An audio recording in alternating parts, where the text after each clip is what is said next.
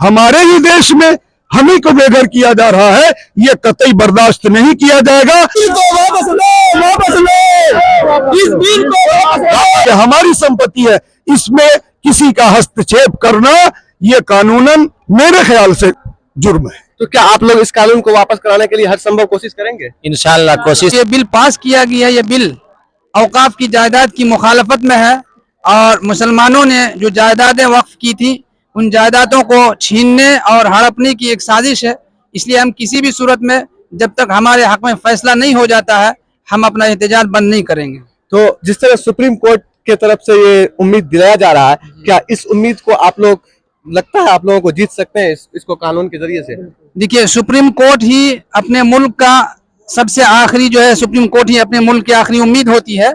इसलिए supreme court का जो भी फैसला आता है उस फैसले को सरे तस्लीम खम करना और उसको मानना जो है हर नागरिक के लिए और शहरी के लिए जरूरी होता है। और सुप्रीम कोर्ट किसी भी मामले में फैसला जल्दी से नहीं देता बल्कि तमाम चीजों को समझने के बाद ही फैसला देता है।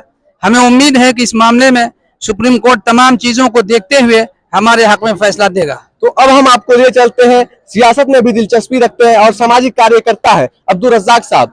आप लोग भी लगातार वक्फ बिल का विरोध कर रहे हैं, क्या लगता है आप लोगों को वक्फ बिल वापस करवा सकते हैं? देखिए, हम लोग तो पूरी कोशिश कर रहे हैं और एहतजाज भी कर रहे हैं। हम लोगों की पुरजोर ये कोशिश है कि जो मुसलमानों के सीने पर चाकू चलाने का काम किया गया है इस सरकार में, मैं चाहता हूं कि सुप्रीम कोर्ट इसको अपने नजरिया से देखे और किसी के हक व हुकूक को छीनने की कोशिश न करे। ये सरकार, मेरी सरकार से, खासकर सुप्रीम कोर्ट से यह आग्रह है कि इस कानून को बहुत बारीकी से देखने की जरूरत है। यह हमारी जायदाद है, हमारे पुरखों की जायदाद है, इसे छीन कर हमें बेघर करने की कोशिश न करें।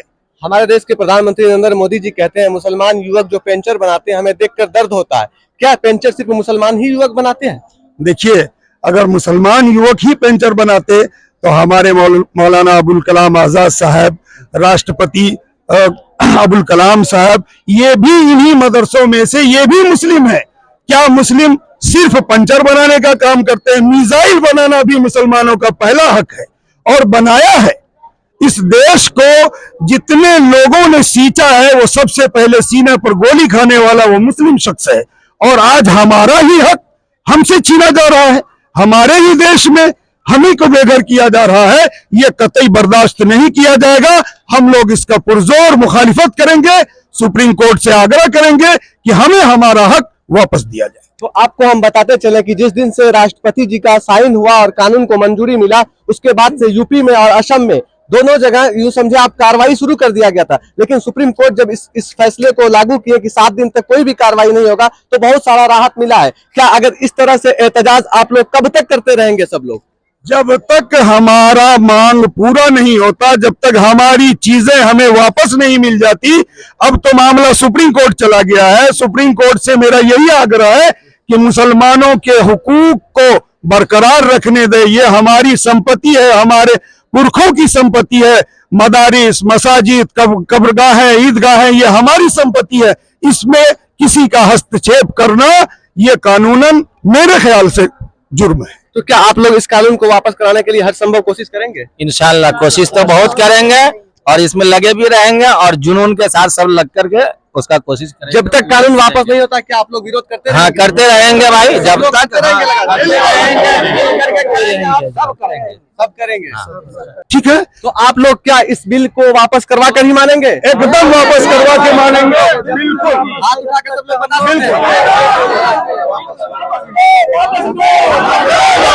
इस बिल को वापस लो, वापस लो, इस बिल को वापस लो।